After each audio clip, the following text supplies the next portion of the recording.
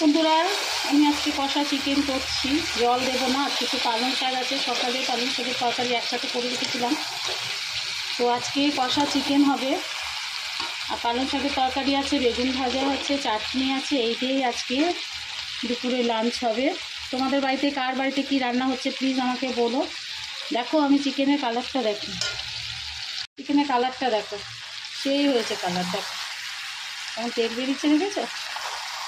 কাঁচা লঙ্কা দিয়ে করছিস, আর কাশ্মীরি লাল মির্চ দিয়েছি, আর সব রকম ইনগ্রিডিয়েন্টস দিয়ে করেছি, কিন্তু শুকনো লঙ্কাটা কম দিয়েছি, কাঁচা লঙ্কাটা দিয়েই করছি। দেখো কীরকম হয়েছে। এবার আমি মশলা ধোয়া জলটাই দেবো, বেশি কিছু দেবো না, শুধু সেদ্ধ হওয়ার জন্য। আর আমি এটা কষা চিকেনই করবো। এটা সেদ্ধ হয়ে গেলে দেখেছো সেই হয়েছে কালার, বেশি জল দিলাম না।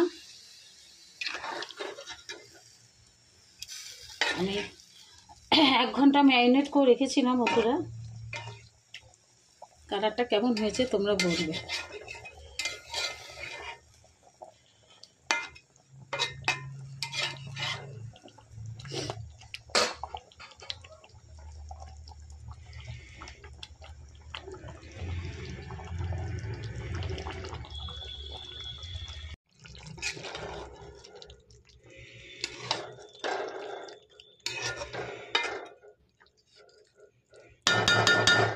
আমার মাংস রেডি। দেখো আমি কষা মাংস করেছি, দেখেছো?